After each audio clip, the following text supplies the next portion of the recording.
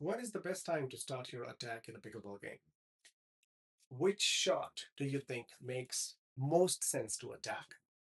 Touch or drive, fifth shot, or wait for the right opportunity? Well, all these answers make sense depending on the situation, but there is one master answer that a lot of beginner, intermediate, and lower advanced players don't understand. I took 2 years to understand this. Ready for the answer? Here it is: the serve. It is the first ball of the rally. The first opportunity to attack begins as soon as the rally starts. You are in the best position to hit the ball. Once the rally starts, you will find yourself lunging, jumping, running, pushing. The best stance you can have always and always is when it is your turn to serve. So take time, take a deep breath, strategize, and launch your serve with a purpose. Hello, and welcome all the pickleball players out there. Welcome to the Winning System with Umesh. This series is my personal journey to becoming a better pickleball player than I was last year. People who know me know this about me, that I read a lot, and I like to carry those learnings into my life. Uh, I once read a simple but powerful quote that said, anything that can be measured can be improved. And that one idea really stuck with me. If you want to get better at something, you can't just feel your way through it. You have to track it, measure it, and compare it over time. That's when you start seeing the difference between what you did today, what you did like 6 months back, or what you did 2 years ago. That is only the way it would tell you, are you doing better or not? For those of you who don't know me, my name is Umesh. I am a pickleball enthusiast, not a professional. My duper is around 4.3, so definitely not a PPA pro or an elite athlete. I am just one of you. I deal with the same struggles. I feel stuck. I know that I can play better, but then I still don't some days. Uh, and not always knowing how to break through. And that's exactly why I realized that I needed a system.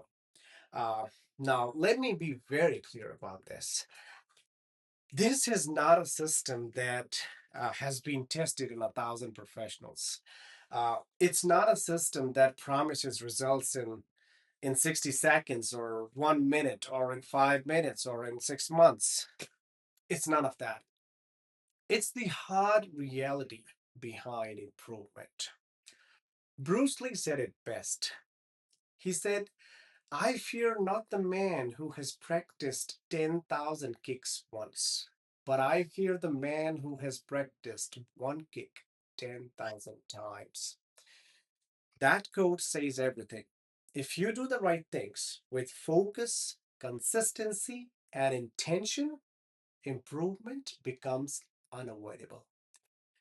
So, this is my measuring system. Every month, I will track my practice, my accuracy, and my progress. And we'll see honestly if I'm getting any better or not. No guessing, no hype, just the work. That's the winning system. Now, let's get back to the agenda of the day, which is the serve. More than half of players that I know, they treat the serve as a formality. Like, just get it over, start the rally, don't make mistakes, and hope for the best. But I realize this now, and I'm going to work on this because your serve is not just a start, it's your first attack. It's a mindset shift. Stop starting the point. Here's the biggest mistake I see: players serve like this, like, let me just put it in. If you give that away with a soft, random serve, you're already playing defense, my friend. Winning players serve like this. What advantage can I create? Remember, you are the only player in the rally at this time who has complete control at that moment on that ball. No pressure, no reaction, no scrambling. Now let's talk about what makes a good serve. Of course, there are different components. We'll talk one by one. Number one, intention. Serve with a purpose. Before every serve, I want you to ask yourself one simple question. What do I want from this serve? That's it. Maybe I want them to do a poor return. Maybe them to return on my forehand, or maybe a shorter return, or just you need more time to get to the kitchen comfortably. If you don't have a purpose, your serve is just a coin toss. So the next time you serve, ask yourself, what do I want from this serve? Number two, depth beats power. Big lesson for me. Let me say this clearly. It's not about hitting a powerful serve. No. You rarely see any aces on pickleball serves. I've not seen many aces in pickleball, especially when you have equally good opponents. The goal of a good serve is not an ace, but to win the first attack and set them up for a weaker return, so you can attack again on the next shot. Depth matters more than speed. A deep serve pushes your opponents back, buys you more time, makes their returns poor or easy for you. A fast but short serve, that's an invitation. If you take just one thing from this video today, serve deep before you think of serving hard. Number three, placement zones. I think of this as serving in different zones in a pickleball court, like wide, middle, body, and backhand. You don't need to hit winners, trust me. You just need to hit them at uncomfortable spots. And body serves, especially, they are underrated. I'm telling you, most players hate those. Number four, consistency over hero serves. Another truth most people don't like to hear is missing serves kills momentum faster than anything. Maybe not as much as for you, but more for your partner. I would rather see you serve at 70, 80% power and make 9 out of 10 serves instead of hitting a few out in order to hit hard or trying something new every time. Confidence comes from repeatability and consistency. Now, the question is how to measure it. Let me show you how I am measuring my deep serves, not by feel, but with actual numbers. Uh, I've created a target zone by placing cones 3 feet inside the baseline. Uh, and anything that would land in this zone counts as a deep serve. What I'm focusing on today, uh, I am not worried about power or placement. I am also not worrying about the zones like wide, middle, body, or back end serves. No. My only goal in this session is depth.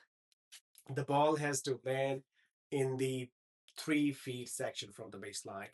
I'm going to hit a few hundred serves, and every serve is scored individually. There's no guessing.